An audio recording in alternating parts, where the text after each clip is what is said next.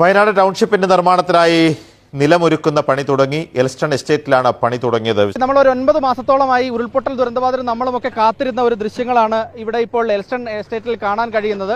ഈ ടൗൺഷിപ്പിന്റെ ആദ്യ തറക്കല്ലിട്ട് പ്രതീകാത്മകമായി ഭൂമി ഏറ്റെടുത്ത് തറക്കല്ലിട്ടു എന്നൊഴിച്ചാൽ അതിന്റെ നിർമ്മാണത്തിലേക്ക് കടക്കാൻ നമുക്ക് കഴിഞ്ഞിരുന്നില്ല. പക്ഷേ ഇത് ആദ്യമായി ടൗൺഷിപ്പിനുള്ള നിർമ്മാണം തുടങ്ങുകയാണ്. അതിന്റെ പ്രാരംഭഘട്ടം എന്നോണം തേയിലച്ചെടികൾ പിഴുതുമാറ്റി ടൗൺഷിപ്പിനായുള്ള വീടുകൾ നിർമ്മിക്കുന്നതിനുള്ള പ്രാരംഭ നടപടികൾ, നിലമൊരുക്കുന്ന നടപടികളിലേക്ക് ഇപ്പോൾ കടന്നിരിക്കുകയാണ്. ഇന്നലെ രാത്രി തന്നെ ഈ ഉത്തരവ് ലഭിച്ചതിന് മണിക്കൂറുകൾക്കുള്ളിൽ തന്നെ സർക്കാർ ഭൂമി ഏറ്റെടുത്തിരുന്നു. വളരെ ദ്രുതഗതിയിൽ ഇവിടെ എത്തി നോട്ടീസ് പതിപ്പിക്കുകയും അതോടൊപ്പം തന്നെ ഭൂമി ഏറ്റെടുക്കുന്നതായി ഔദ്യോഗികമായി പ്രഖ്യാപിക്കുകയും ചെയ്തു. അതിനുശേഷമാണ് ഇന്നിപ്പോൾ രാവിലെ 9:45 കൂടി തന്നെ ഇതിന്റെ പണി തുടങ്ങിയിരിക്കുന്നത്. എന്നോടൊപ്പം ഊരാളുങ്കൽ നിർമ്മാണ പ്രവർത്തനങ്ങൾക്ക് നേതൃത്വം നൽകുന്ന കുമാരൻ ചേരുകയാണ്. അപ്പം എത്ര ദിവസങ്ങൾ കൊണ്ട് നമുക്ക് ഈ നിലവൊരുക്കുന്ന പരിപാടികൾ പൂർത്തിയാക്കാൻ കഴിയും? ഇതിപ്പോൾ നമ്മൾ വർക്ക് ഇനിയിപ്പോൾ ഇന്ന് സ്റ്റാർട്ട് ചെയ്ത് ഇനിയിപ്പോൾ ഇത്രയും സ്പീഡായിട്ട് തന്നെ നമ്മൾ ഈ വർക്കിനെ കൊണ്ടുപോകും.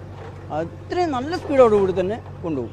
ആദ്യഘട്ടത്തിൽ റോഡ് ഉണ്ടാക്കുകയായിരിക്കും അല്ലേ പ്രധാനം? റോഡ് വേണം. ആദ്യഘട്ടത്തിൽ റോഡ് തന്നെ വേണം. റോഡ് ഉണ്ടായാൽ മാത്രമേ നമ്മുടെ മെറ്റീരിയൽസും കാര്യങ്ങളെല്ലാം നമുക്ക് ഇവിടെ എത്തിക്കാൻ പറ്റും. അതുകൊണ്ട് റോഡിന് മുൻതൂക്കം തന്നെ ബസ് കൊടുക്കും. എടുക്കുന്നതിനൊപ്പം തന്നെ റോഡിന്റെ നിർമ്മാണം കൂടി നടക്കുകയാണ് PG. അതാണ് ഏറ്റവും പ്രധാനപ്പെട്ടത്. എന്തായാലും നിർമ്മാണം തുടങ്ങിക്കഴിഞ്ഞു. ഇനിയിപ്പോൾ തുടർച്ചയായുള്ള ദിവസങ്ങളിൽ ഇതിന്റെ നിലമൊരുക്കുന്ന പ്രവൃത്തിയായിരിക്കും ചെയ്യാൻ പോകുന്നത്. PG.